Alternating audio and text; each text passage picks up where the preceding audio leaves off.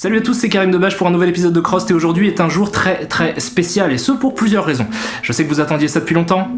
Aujourd'hui, on va s'intéresser à un bon film. Un bon film ? Un bon film. Mais c'est pas tout, y a plus ? Oui ! Aujourd'hui, je vous propose également d'apprendre à nous connaître, nous, équipe de Crost, au travers d'un petit reportage qui a été tourné pendant le processus de production d'un épisode. Elle est pas belle la vie ? Oh que si, je sais.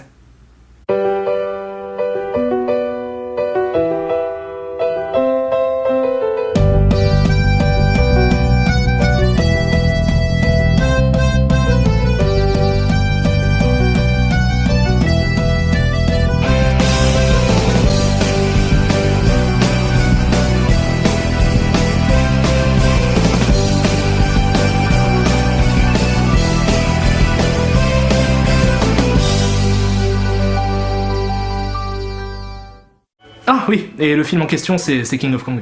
Bon, King of Kong est un film documentaire américain sorti le 17 août 2007 aux États-Unis et réalisé par Seth Gordon. Le film devait à l'origine s'intéresser globalement au phénomène de la compétition dans le jeu vidéo, mais prit une direction inattendue pendant le tournage. Pourquoi ? Parce que Billy Mitchell. Billy Mitchell ? Billy, putain de Mitchell. C'est qui ? C'est lui. Billy Mitchell est probablement un des joueurs d'arcade les plus populaires de l'histoire du jeu vidéo. Il est le premier à avoir réussi un score parfait à Pac-Man et il a détenu, au fil des années, plusieurs records du monde, notamment sur des jeux comme Burger Time, Centipede et, ce qui nous intéresse aujourd'hui, Donkey Kong, un jeu sur lequel il a établi un record mondial en 1982, en plein âge d'or du jeu d'arcade. Et là, vous vous dites « Wow, il déchire Billy Mitchell !» Pas exactement. Billy Mitchell était un joueur de flipper qui ne s'intéressait pas vraiment aux jeux vidéo jusqu'à ce qu'il se rende compte que le jeu vidéo pouvait le rendre encore plus célèbre. Alors entendons-nous bien, il s'agit là non pas d'un personnage de fiction, mais d'une vraie personne, que je ne connais bien évidemment pas personnellement. Je vais donc prendre un maximum de précautions en parlant de lui. Ceci étant dit, si le quart de ce qui est montré dans ce documentaire est vrai, Billy Mitchell est un effroyable être humain. Froid, calculateur, mythomane, égocentrique, narcissique et patriote à l'extrême, la description qui est faite de lui fascine autant qu'elle répugne et le film vaut déjà le coup juste pour ça. He's a winner. Billy Mitchell is absolutely a winner.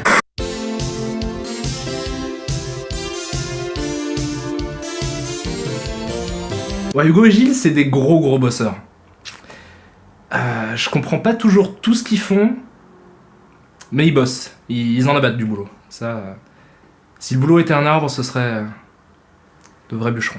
Le son, c'est quelque chose d'extrêmement important. S'il n'y a pas de son, qu'est-ce qu'on fait ? Où on est ? On est dans le muet, on est dans le noir et blanc, on est dans Chaplin. C'est pas possible. On peut pas faire ça. Pas dans une chronique, pas sur jeuxvideo.com.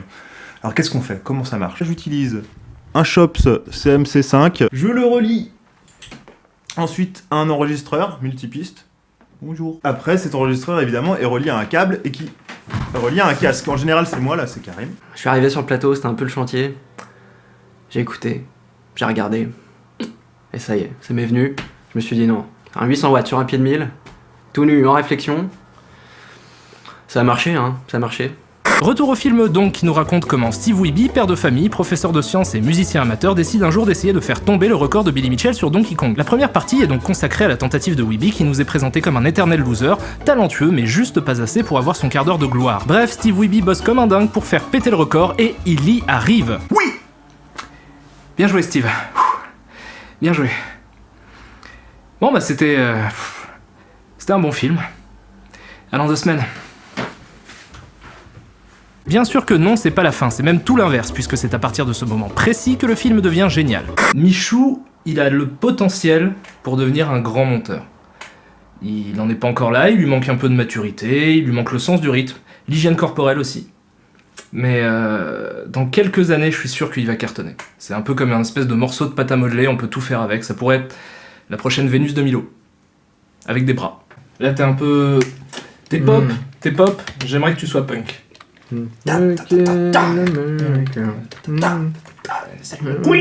Moi, quand j'étais petit, je voulais être astronaute.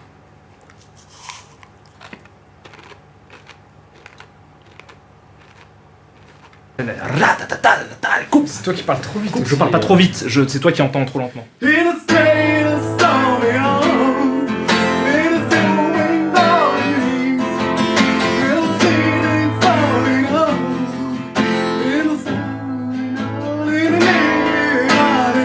Jérémy, c'est un mec formidable.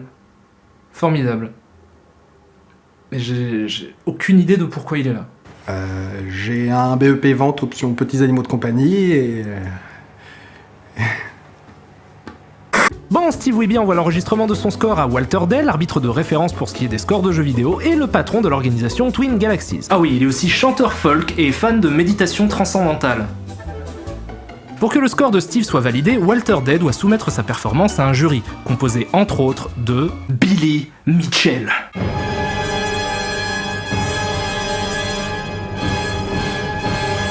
Billy Mitchell envoie donc 2 mecs désosser la bande de Steve Wiebe pour examiner la carte mère et vérifier que rien ne cloche. Ah, il est sympa ce Billy.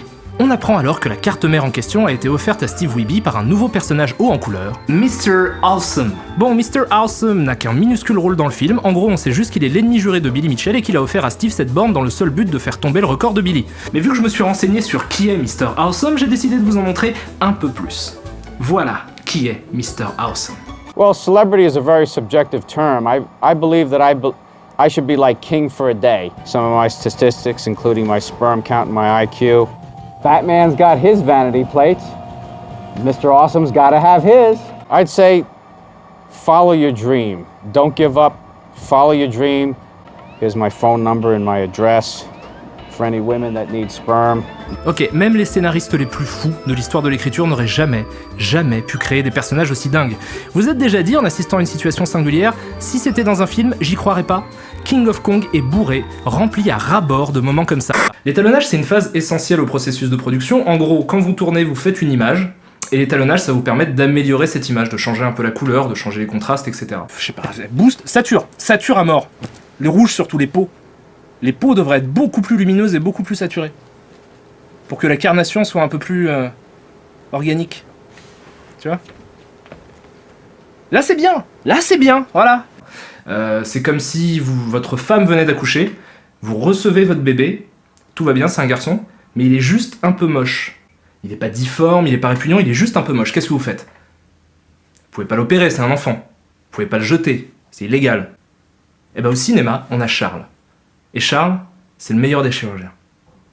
Et il opère même les enfants. Bon, naturellement, le jury chargé de valider le score de Steve Wiebe, qui, je le rappelle, contient Billy Mitchell, décide après analyse de la borne que la vidéo qu'a envoyée Wiebe n'est pas réglementaire et que son score ne sera pas pris en compte. Triste, triste monde. Billy Mitchell explique donc que pour faire un vrai score, il faut le faire en live. If tomorrow Tiger Woods goes and he golfs at 59, big deal. If he does that at Augusta, that's where it counts. Qu'à cela ne tienne, répond Steve Wiebe, je vais te foutre la honte en live. Fuck yeah. Donc Steve fonce à la salle d'arcade Funspot et refait tomber le record de Billy. Sauf que Billy avait prévu le coup et envoie une cassette à Funspot où il fait un score encore supérieur à celui de Steve. C'est une sexagénaire championne de Kubert qui se charge d'apporter la cassette. Oui, une championne de Kubert sexagénaire. Ce film est génial.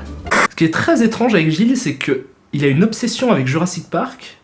Je crois qu'il l'a vu 78 fois.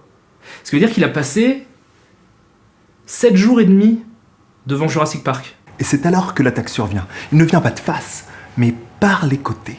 Ça c'est pas très grave, il y a des gens qui ont vu plein de films plein de fois, mais le truc étrange, c'est que j'ai l'impression qu'il essaye de ressembler à Jeff Goldblum. Il fenlève et te la sert avec ça. Une griffe rétractile de 20 cm, coupante comme un rasoir sur le doigt du milieu. Ce qui veut dire que souvent il me prend mes lunettes. Et il les met. Pendant qu'il bosse. Il t'ouvre peut-être le ventre, qui déverse tes intestins. Mais le pire, c'est que tu es vivant lorsqu'il te dévore. Et moi, je vois moins bien sans mes lunettes, et lui voit moins bien avec. Vous prenez une idée, vous l'emballez dans un joli papier cadeau plastique, et vous le vendez. Bon, je pourrais vous décrire les événements de King of Kong en long, en large et en travers, mais je m'y refuse, parce que le film mérite amplement 1h30 de votre temps. Alors je vous en supplie, procurez-vous le film d'une manière ou d'une autre et regardez-le. Ça vaut vraiment, vraiment le coup. Karim Debache ? Oui. Tu nous as pas encore expliqué pourquoi c'était génial. Ah bah tu peux attendre 2 secondes s'il te plaît. King of Kong est un monument, déjà parce qu'il arrive à décrire avec une tendresse qui force le respect l'âge d'or du jeu d'arcade et les survivants de cette époque pré-crack de 83.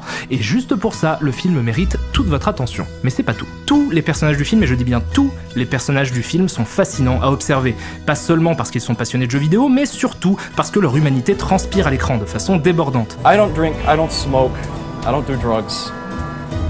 I play video games. L'angle que choisit le film pour nous parler de jeux vidéo est très intéressant. Là où beaucoup de cinéastes se contentent d'observer le jeu vidéo avec cynisme et mépris, comme un épiphénomène de niche peuplé par une communauté incompréhensible de nerds attardés, King of Kong décide de lui porter un regard tendre et empathique, empruntant à la fiction son sens de l'intrigue et sa narration, multipliant ainsi les retournements de situation inattendus avec une virtuosité qui dépasse l'entendement. The worst thing that could happen would be to give somebody the credibility of a score that doesn't deserve it.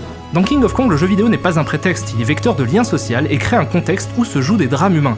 Les gens filmés ne sont pas des superstars, ce sont des hommes qui, s'ils se montrent parfois conscients de la dimension dérisoire de leur passion, n'en demeurent pas moins sincères dans leur démarche, quitte à exposer à la face du monde leur côté le plus sombre. Dévorés par un ego démesuré, obsédés par la gloire et la reconnaissance sociale ou simplement en quête d'identité, les personnages de King of Kong émeuvent dans leur poursuite du high score et je défie même les plus cyniques d'entre vous de ne pas être touchés par le film. King of Kong est un chef-d'œuvre parce qu'il aime les gens qu'il filme, et c'est une qualité que beaucoup d'autres films qui parlent de jeux vidéo n'ont pas. Faites-moi confiance, regardez King of Kong.